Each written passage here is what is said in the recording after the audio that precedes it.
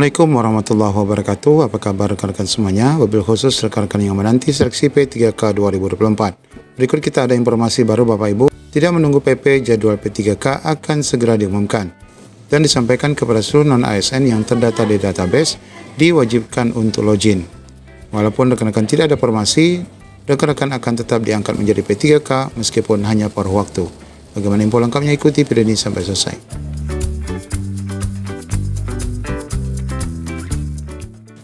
Ya, dari raker yang dilaksanakan bersama Komisi 2 semalam, Bapak Ibu, kita mendapatkan informasi terbaru dari Bapak Aba berkaitan dengan jadwal pelaksanaan P3K 2024. Meskipun RPP ataupun PP manajemen ASN tidak siap ataupun belum dapat diterbitkan, maka seleksi P3K ini akan tetap diumumkan.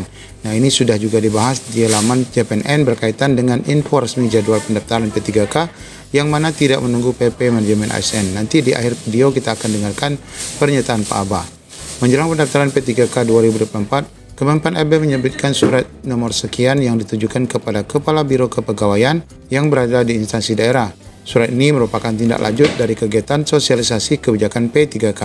Bapak Ibu, suratnya yang ini ya. Nah, ini ya, surat berkenaan dengan penyerahan SK besok, yaitu di tanggal 30 Agustus 2024, hari Jumat pukul 8 pagi di Jakarta.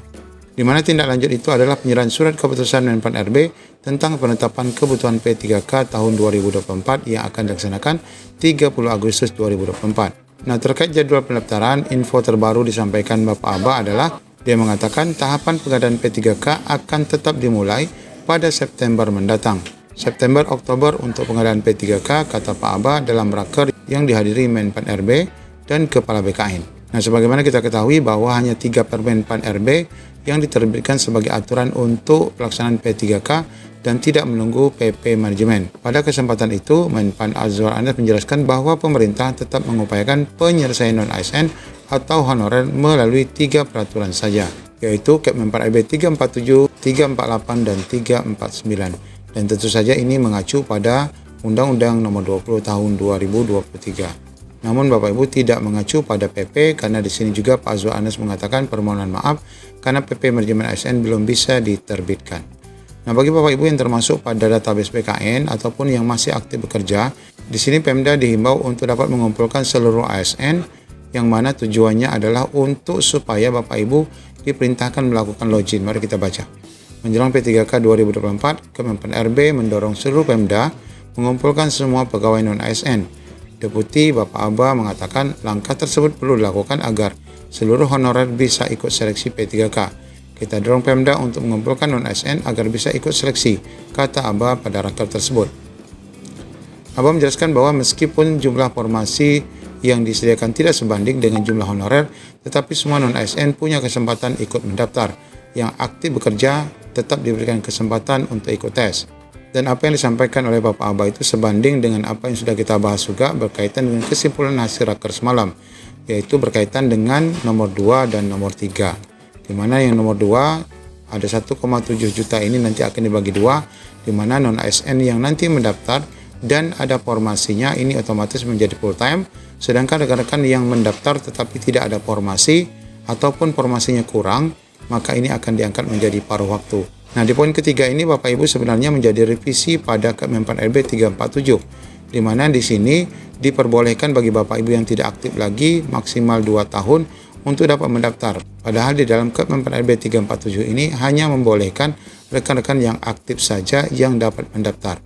Nah, dengan adanya hasil kesepakatan ini kemungkinan terbesar Kemenpan RB ini akan direvisi oleh PAN RB.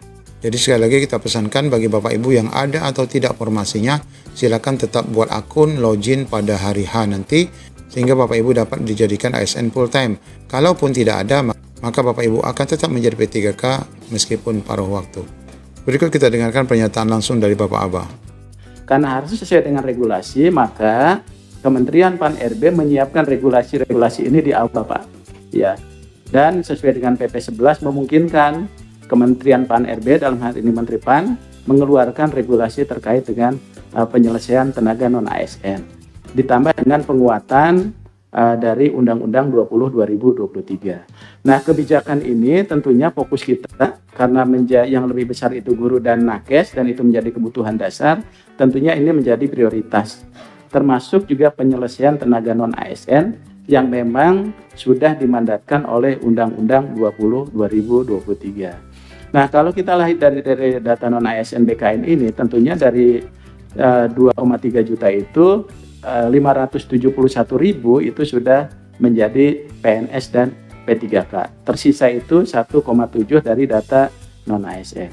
Nah, sesuai dengan kesepakatan Pak Pimpinan dan Pak Menteri Pan-RB, tentunya penyelesaian ini menjadi tanggung jawab salah satunya Menpan menyiapkan kebijakan-kebijakan yang memang harus diselesaikan.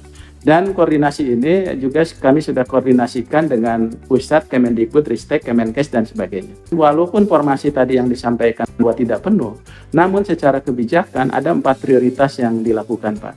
Yang pertama XTHK 2, pertama non-ASN yang terdaftar di database BKN, yang kedua adalah tenaga non-ASN yang masih aktif bekerja, Pak.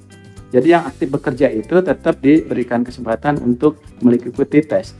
Dan tes ini nilainya itu tidak menggunakan nilai ambang batas, tapi menggunakan peringkat terbaik.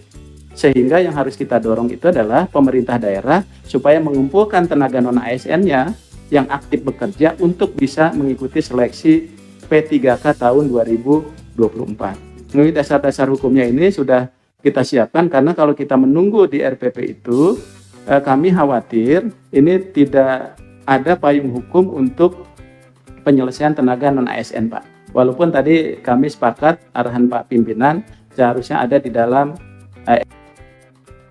namun ini saran bukan hanya dari kami, tapi juga dari tim PAK, Pak. Ini harus kita selesaikan lebih dulu, sehingga dengan kewenangan Menteri Pan-RB ini kita bisa selesaikan. Barangkali ini Pak Pimpinan, Pak Menteri yang dapat kami sampaikan. Terima kasih. Assalamualaikum.